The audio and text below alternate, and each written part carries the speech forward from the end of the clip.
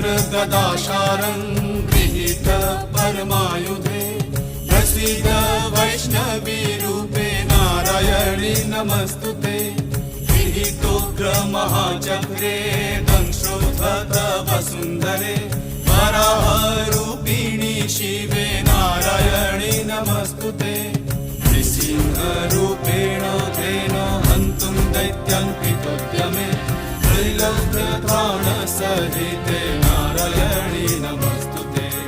या देवी सर्वभूतेषु दयारूपेण संस्थिता नमस्तस्यै नमस्तस्यै नमस्तस्यै।